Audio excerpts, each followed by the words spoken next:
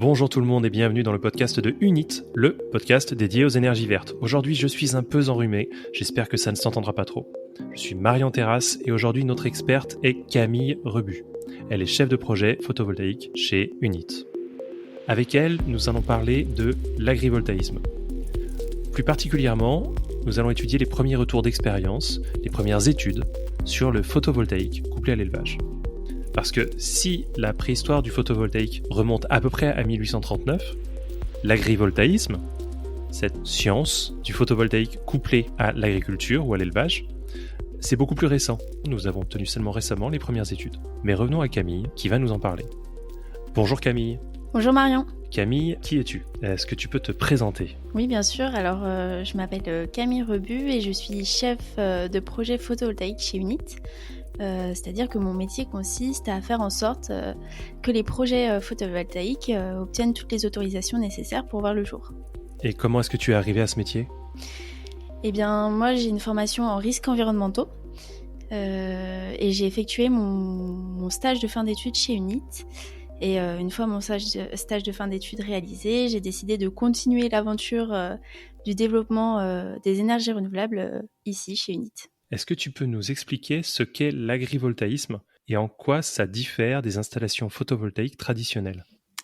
Oui, alors il y a plusieurs types de photovoltaïsme. Il y a le photovoltaïque, l'énergie photovoltaïque en toiture, donc sur des maisons que tout le monde connaît. Et puis il y a le photovoltaïsme au sol. Et là, du coup, c'est là qu'apparaît l'agrivoltaïsme. C'est-à-dire que c'est une technologie qui permet sur une seule et même parcelle d'avoir deux activités, une activité photovoltaïque et une activité agricole. Très bien, mais quels sont les principaux défis rencontrés lors de la mise en place de ces centrales agrivoltaïques ? Justement, vu qu'il y a deux activités sur une seule et même parcelle, le principal défi, c'est de faire en sorte que ces deux activités cohabitent correctement et que même elles apportent un avantage chacune à l'autre. Et donc du coup, dans l'agrivoltaïsme, nous, notre principal défi, c'est d'intégrer tous les enjeux agricoles qui sont inhérents à l'élevage en lui-même dans la conception de la centrale. Et donc ça implique de faire preuve d'adaptation et surtout de bien connaître et de comprendre le milieu agricole et ses enjeux. Et en plus, qui dit terre agricole, dit milieu naturel, souvent des prairies. Et donc là, un autre enjeu qui est important, c'est la vigilance qu'on doit porter sur tous les enjeux environnementaux. Donc des enjeux techniques, environnementaux. Comment est-ce que l'élevage s'intègre dans ces projets d'agrivoltaïsme ? Et d'ailleurs, quels en sont les bénéfices ? Quels sont les bénéfices de ces projets pour l'élevage ? Alors plus que s'intégrer, je dirais que l'élevage, il fait partie pleinement du projet agrivoltaïque. C'est le cœur du projet agrivoltaïque. Sans élevage, on n'a pas l'agri de voltaïsme. Donc voilà, c'est vraiment une conception main dans la main, si je puis dire, entre les éleveurs et le porteur de projet, donc nous-mêmes. Et du coup, le but, c'était de mettre carte sur table sur faire une liste, entre guillemets, des enjeux qui sont identifiés par l'éleveur. Et puis nous, de notre côté, de les intégrer, c'est notre travail de les intégrer dans la centrale pour faire en sorte que la centrale soit bénéfique pour l'élevage ou du moins permette de continuer l'activité d'élevage comme elle se faisait auparavant. Sur la question des bénéfices, naturellement, on pense à des bénéfices et à des bienfaits de l'agrivoltaïsme sur l'élevage, comme par exemple l'ombrage. C'est vrai que naturellement, on peut bien comprendre que sur une terre agricole où d'habitude il n'y a pas d'ombrage et donc en fait les bêtes subissent les effets des saisons et on sait que ces dernières années il y a eu beaucoup de canicules, et ben là on va apporter en fait un ombrage permanent sur la prairie qui va permettre aux bêtes de pouvoir se reposer un peu à l'ombre, surtout en période de forte chaleur. Et les dernières études nous ont notamment montré un réel bénéfice des panneaux sur la réduction des écarts de température. Donc, quand il fait très chaud, et ben en fait il fait moins chaud sous les panneaux, et par contre la nuit la température baisse moins rapidement. Donc en fait on a moins d'extrêmes de température sous les panneaux, ce qui permet de faire en fait un climat assez favorable sous les panneaux pour les bêtes justement, qu'elles puissent en profiter. Et d'une manière plus générale, sans parler des canicules, les tables photovoltaïques apportent une protection contre toute autre intempérie, notamment la grêle. Et là, je pense notamment aux élevages de gibier, de faisans, etc., où ce sont en fait des bêtes qui, dans la nature, euh, peuvent se réfugier pour se protéger des intempéries, mais en élevage, elles n'ont pas vraiment d'espace pour protéger. Et c'est là, encore une fois, que les tables photovoltaïques apportent un réel avantage, parce que ça permet à ces bêtes qui sont naturellement sauvages de bénéficier d'un couvert comme elles pourraient le retrouver dans la nature. Un autre bénéfice, c'est sur la qualité du fourrage et sur la production fourragère. La Chambre d'agriculture de la Nièvre a mené des études sur une centrale agrivoltaïque et a observé en fait un lissage de la quantité fourragère sur l'année. C'est-à-dire que là où sur des prairies classiques en été, et ben en fait il y a plus trop d'herbe, et notamment en période de canicule où les bêtes en fait peuvent pas être mises à l'herbe en été parce qu'il y a pas de fourrage, ou alors il faut apporter du fourrage extérieur.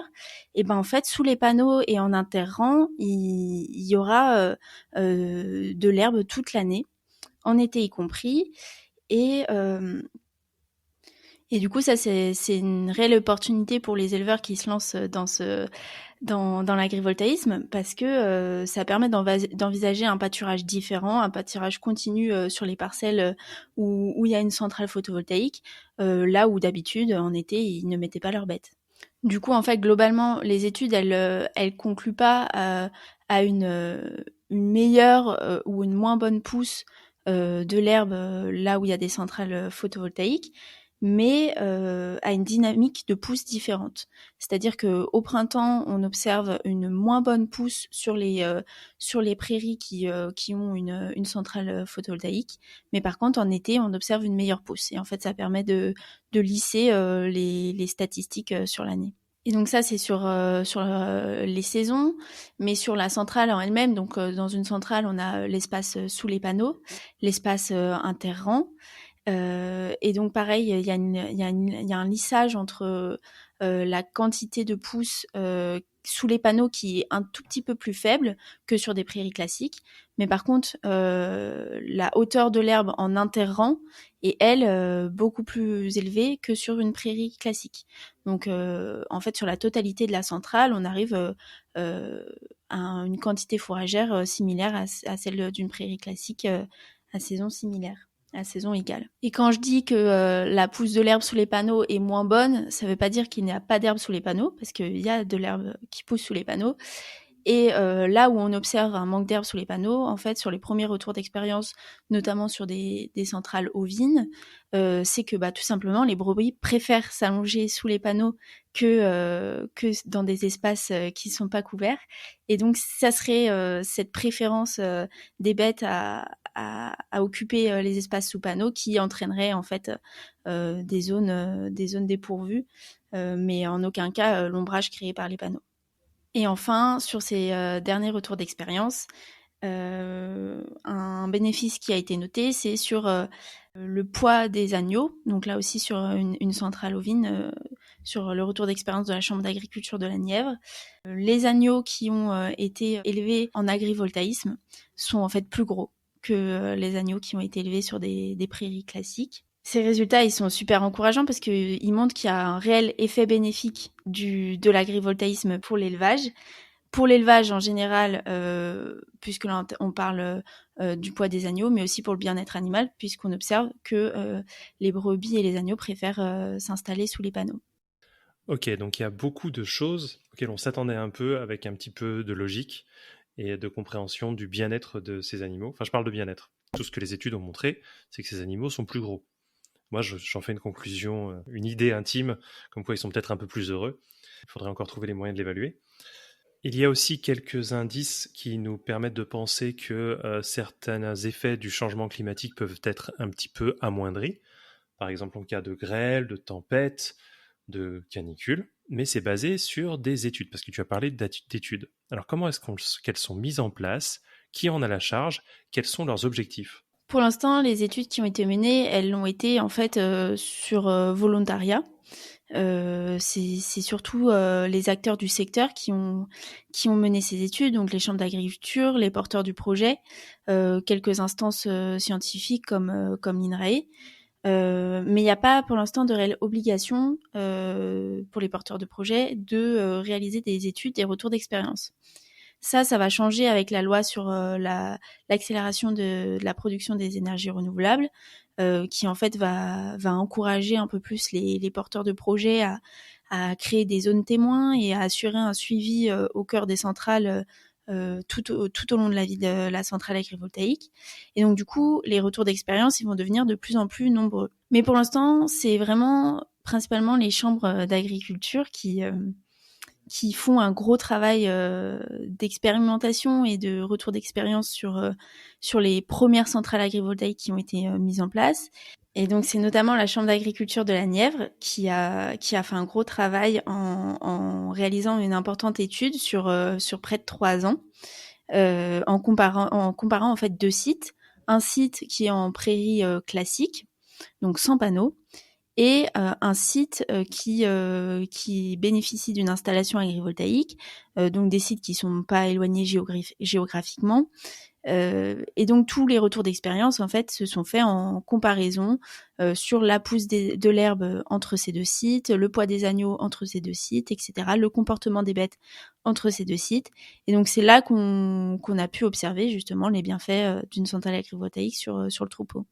Très bien, mais est-ce qu'il y a des études avec des retours négatifs? Des retours négatifs en tant que tels, pas vraiment, plus des mises en garde en fait. Comme toutes les technologies, il y a des dérives. Là, on parle d'élevage, d'animaux.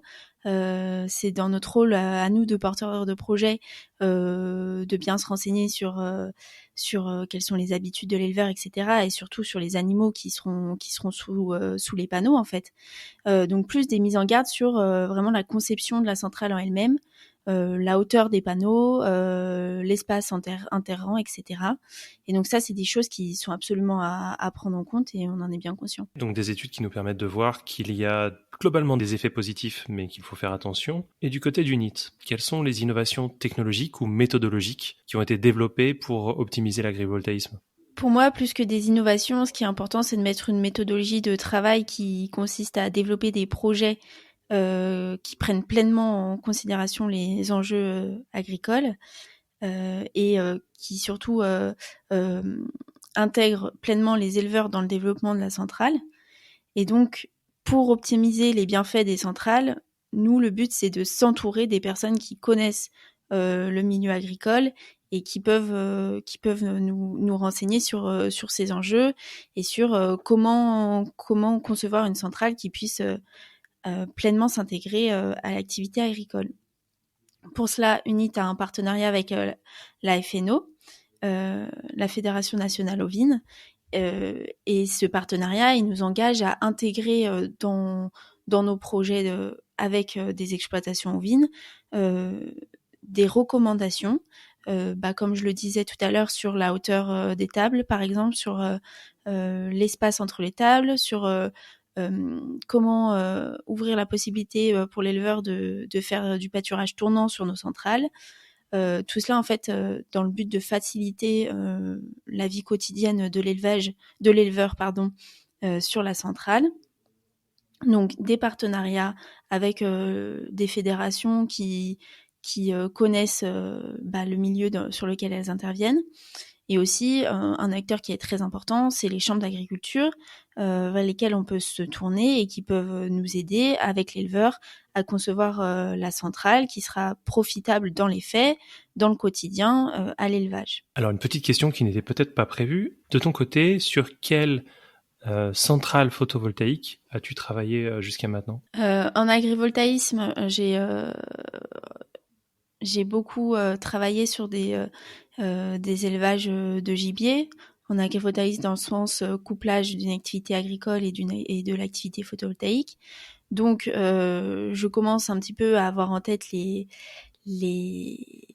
contraintes ou plutôt les enjeux qui sont inhérents à ce type d'élevage. Mais j'ai aussi beaucoup assisté mon maître de stage pendant mon stage sur des projets sur des exploitations ovines.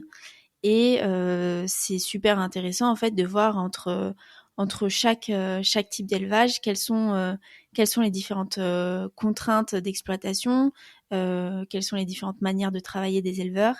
Et c'est vraiment ce qui fait que mon métier est super intéressant, c'est que chaque élevage est différent, chaque éleveur a une manière de travailler qui est différente, et du coup chaque centrale agrivoltaïque est différente. Ben, c'est super. Et quel est ton retour sur l'impact socio-économique de ces centrales agrivoltaïques? Bah justement, on a l'occasion de parler avec beaucoup d'éleveurs. Et le point commun pour beaucoup, c'est que en fait, ils repensent sans cesse leur élevage, leur production. C'est vrai ils travaillent sur leur exploitation tous les jours sur place, et en fait, ils ont le recul pour penser aux améliorations de leur outil de travail. Certains disposent du même outil de travail depuis plus de 20 ans, donc ça fait 20 ans qu'ils pensent à des améliorations, à comment est-ce qu'ils pourraient configurer un peu leur élevage. Et nous, de notre côté, on a les fonds nécessaires pour développer le projet avec tout ce qui va avec, c'est-à-dire les clôtures, les abreuvoirs, les mangeoires, pour les élevages de gibier, des nouveaux filets tout neufs qu'il faudra pas réparer tous les ans. Et du coup, le projet agrivoltaïque, il permet vraiment de remettre l'élevage à neuf avec des produits résistants. Et en fait, c'est super gratifiant aussi de faire ce métier-là parce que parfois, les éleveurs qu'on rencontre, ça fait plusieurs années qu'ils attendent de disposer des fonds nécessaires pour faire ces remises à neuf, pour refaire ce petit coup de neuf. Et puis, nous, on permet voilà, de moderniser des élevages et de permettre à des exploitants de travailler différemment, d'ouvrir une nouvelle page. En plus de ça, on rémunère les éleveurs en contrepartie de l'entretien du site. Donc, le projet, il a pour avantage d'apporter un complément de revenu en fait à l'éleveur. Et à un échelon supérieur, la centrale en elle-même, elle sera soumise à des taxes qui pèsent sur le développeur de projet, sur Unit. Et donc du coup, au niveau communal et intercommunal, ça permet aussi d'apporter de nouveaux fonds à des communes rurales qui n'ont pas en fait beaucoup de rentrées fiscales et ça a cet avantage-là aussi. Ok. Comment est-ce que Unit s'assure de la viabilité à long terme de ces projets agrivoltaïques? À court terme, on a bien vu, mais les contrats durent un certain temps, il me semble. Oui, c'est ça, on part pour des contrats, des baux amphithéotiques assez longs, 30 ou 40 ans.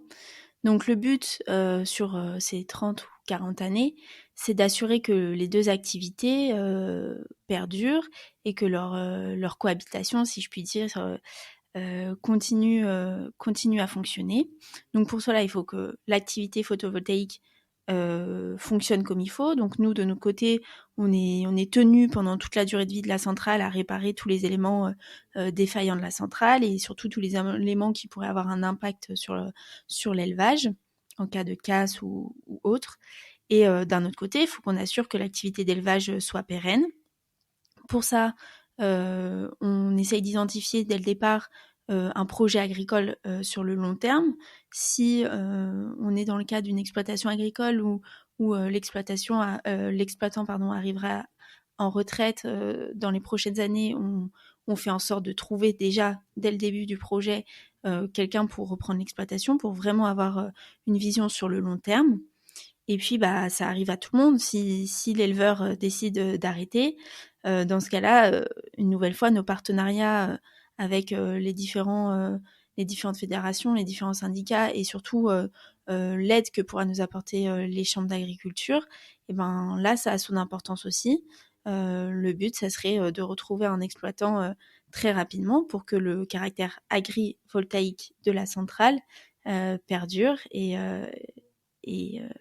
fonctionne. Eh bien, écoute, un grand merci Camille. Merci à toi. Alors, c'était Marion Terrasse. Je rappelle que Camille Revu s'intéresse de près à la question puisqu'elle travaille comme chef de projet photovoltaïque chez Unit. Et pour ce qui est du groupe Unit, c'est un groupe, comme vous l'avez entendu, qui développe, construit et exploite des centrales de production d'électricité locales et durables. Si vous qui nous écoutez êtes intéressé pour valoriser un grand terrain, un parking de bonne dimension, un élevage, bah oui, on parlait d'élevage là, ou pour un projet photovoltaïque de ce type, vous pouvez nous contacter aux coordonnées en commentaire. Dans tous les cas, abonnez-vous au podcast pour en découvrir plus sur l'avenir de l'électricité verte.